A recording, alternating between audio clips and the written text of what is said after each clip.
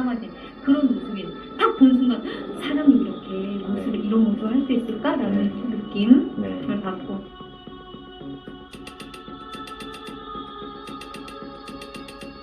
집이 있다는 거예요. 그게 깜짝 놀랐죠. 엄마가 죽어 있고 시체가 있다. 더 깜짝 놀란 거죠. 저는 집을 아냐 그랬더니 본인이 안 돼요. 그래서 이제 지난 2020년 5월 방배동의 한 다세대 주택에 살았던 최 씨는 어머니 김 씨가 팔이 움직이지 않는다고 하며 힘들어하다가 쓰러진 뒤 그대로 숨진 것을 목격했습니다. 김 씨가 숨진 뒤 아들 최 씨는 한동안 집에 머물다가 결국 죽은 어머니에게 이불을 덮어주고 밖으로 나가 노숙을 시작했습니다.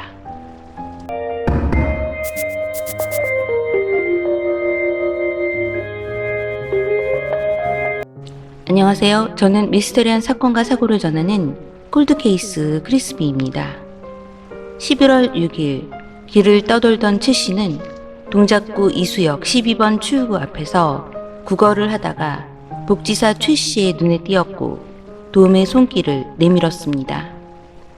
당시 최 씨는 우리 엄마는 5월 3일 돌아가셨다 라고 직접 쓴 메모를 가지고 있었습니다. 집을 나온 최 씨는 그때부터 지하철역에서 잤습니다. 얼마나 노숙을 했는지는 정확치 않았는데 정 씨에게 가을쯤부터 집에 아예 들어가지 못했어요.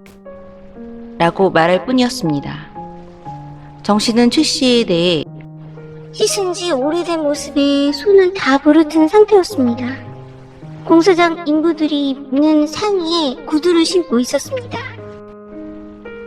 라고 말했습니다.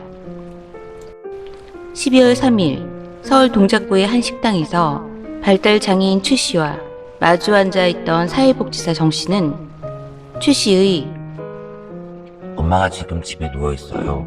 우리 엄마가요. 휴대폰으로 글자 읽고 있다가요. 내 팔이 안 움직여. 이러고 쓰러졌어요. 라고 하며 옆으로 쓰러지는 신용을 보게 됐습니다. 이어 최 씨는 그런데요. 파리가 날아들고요. 애벌레가 생기고요. 제 방까지 애벌레가 들어왔어요. 라고 정 씨에게 말했고 정 씨는 진짜일 수도 있겠다 라고 생각했습니다.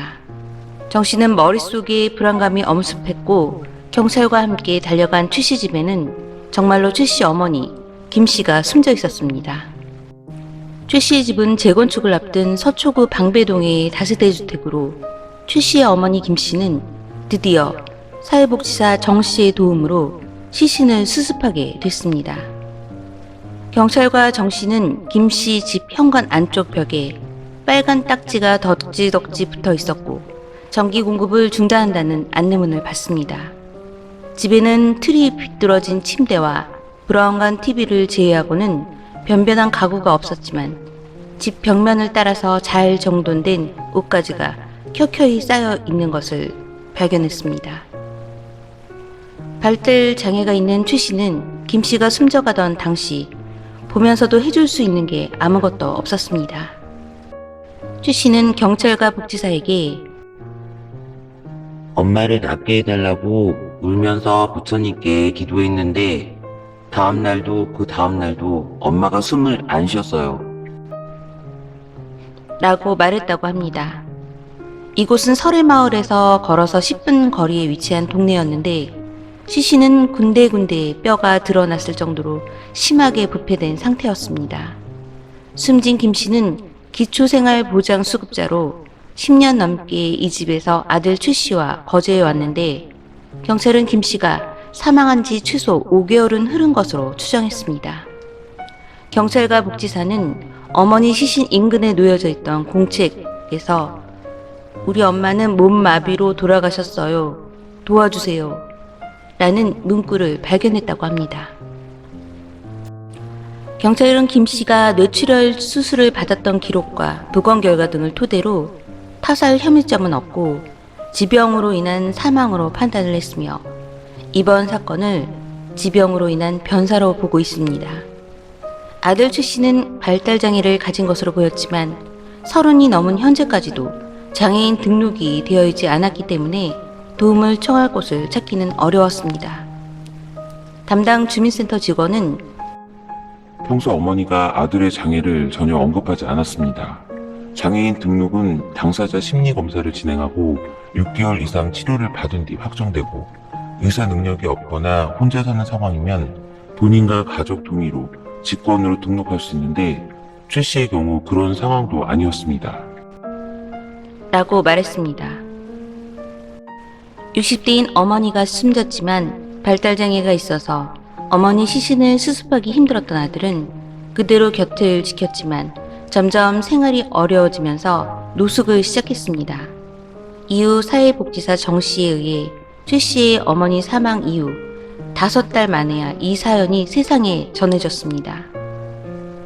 2014년에는 서울 송파구 단독주택 지하 1층에 살던 박 씨와 두 딸이 생활고로 고생하다 숨진 송파 스모녀 사건이 있었습니다.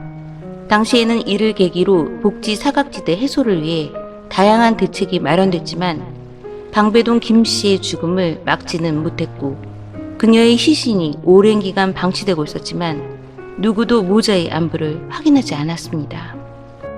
사망한 김 씨는 주민센터의 연 1회 모니터링 대상 가구였다고 합니다. 아들이 장애인 등록이 되어 있지 않았기 때문에 근로 능력이 있는 2인 가구로 분류돼 있었고 그에 따른 보호를 받아온 것입니다. 모니터링은 그동안 담당 공무원이 직접 방문하는 것뿐만 아니라 당사자가 직접 주민센터를 오거나 전화 통화를 하는 방식으로도 이뤄졌습니다. 주민센터 측은 김 씨가 3월 9일 손소독제 등 방역 물품을 받기 위해 주민센터를 찾았고 당시 안부 등을 확인하며 연 1회 모니터링을 이뤄졌다고 설명했습니다. 이후 김 씨는 지자체 관계자와 만난 적이 없었습니다. 김 씨가 사망한 뒤 그의 사망 사실을 모르던 주거급여를 지급하는 관계자가 김 씨와 연락이 닿지 않자 지자체에 이를 알렸고 담당 공무원이 7월 2차례 찾은 것이 마지막 접촉 시도였습니다. 1차 방문 때 놓였던 우편물이 2차 방문 때도 그대로 있었지만 재방문은 없었습니다. 지자체는 7월과 11월 2차례 마스크를 택배로 보냈지만 당시 김 씨는 이미 사망했습니다. 이전에 김 씨 모자는 일정한 소득 없이 정부의 공공 일자리 사업으로 생계를 유지해왔던 것으로 보입니다. 지난해 5월에서 10월 중 62일 동안 동네 모기 방역 활동을 하는 모기 보안관으로 일해 총 124만 원을 벌었던 게 마지막으로 기록된 김 씨의 소득이었습니다. 그리고 김 씨의 고정 수입은 2018년 10월부터 받기 시작한 월 28만 원의 주거급여가 전부였습니다. 주민센터는 김 씨가 아들과 생활하기에 충분한 금액이라고 말했다고 하지만 김 씨의 건강보험료는 10년 넘게 밀렸고 전기와 수도요금은 올 초부터 내지 못했습니다. 김 씨가 받을 가능성이 높았던 기초생활수급은 주거급여 외에도 생계와 의료급여가 있었습니다. 주민센터 측에서 신청을 권유했지만 김 씨는 거절했습니다. 생계급여와 의료급여를 받기 위해서는 부양 의무자의 소득증, 조사가 필요하기 때문인데 김 씨의 부양 의무자는 이혼한 전 남편과 사는 딸이었습니다. 함께 살고 있던 발달장애인 아들 최 씨의 부양 의무자는 이혼한 전 남편이었습니다. 김 씨는 이들에게 자신들의 상황과 관련된 연락이 가는 것을 원치 않았기 때문에 생계급여와 의료급여 신청을 할 수가 없었습니다. 그 이유는 전 남편과의 이혼 사유가 가정폭력과 관련된 게 아닌지 추정했습니다. 또한 보건복지부는 2015년 말부터 복지 사각지대 발굴 시스템을 도입했는데 건버려 체납과 단전, 단수 등 30여 가지 위기 정보를 토대로 위기가구를 분류하는 것입니다. 분류된 위기가구는 담당 공무원이 대면 조사를 나가 수급을 받을 자격이 되는지, 생활에 문제가 없는지 등을 확인합니다. 건버려와 각종 공과금이 밀려있던 김 씨였지만 위기가구로 분류되지 않았는데 이미 수급을 받고 있는 사람은 제외되기 때문입니다. 김 씨는 개인 의사로 최소의 수급만 받고 있었지만 기초생활보장 수급자라는 자격이 자신을 사각지대에 놓이게 한 것입니다. 주민센터는 김 씨의 체납 사실도 파악할 수 없었고 위기가구 목록에 포함되지 않은 가구의 체납 정보를 파악할 수가 없었다고 합니다. 주민센터는 한전 등 기관에서 체납 사실을 따로 통보해주지 않는 한 선제적으로 알 방법이 전혀 없었다고 설명했습니다. 이웃 주민 홍모 씨는 내가 올라가면 나오려고 하다가도 문을 닫고 다시 들어갔다가 한참 후에 나왔습니다. 초여름부터는 아예 인기척이 없었습니다. 라고 말했습니다. 또 다른 주민은 이웃과 일절 말을 안 섞는 사람이고 산에 자주 다니던 사람인데 요즘은 통 못 봤습니다. 라고 전했습니다. 이번 김 씨 구독사와 노숙자가 된 아들 사건은 너무나 안타깝지만 다른 먼 나라 이야기가 아닌 우리 서민들이 겪을지도 모르는 사건입니다. 대한민국 서민들은 코로나로 인해 더 가난해지고 이웃, 친척, 지인들과 연락을 소홀히 할 수밖에 없었고 방문과 만남을 자제하고 있습니다. 그러나 이렇게 긴 시간을 지내다 보니 홀로 살거나 연로하거나 지병이 있고 가난한 이웃을 생각할 겨를이 없었습니다. 지금부터라도 이 사건을 보고 내 머릿속에 생각나는 지인이 있다면 전화 한 통이라도 걸어주세요. 어쩌면 사회복지사 정 씨처럼 조금은 늦었지만 누군가를 구제하고 도울 기회가 올지 모릅니다. 여러분의 생각이 궁금합니다. 저는 콜드케이스 크리스비였습니다. 시청해주셔서 감사합니다.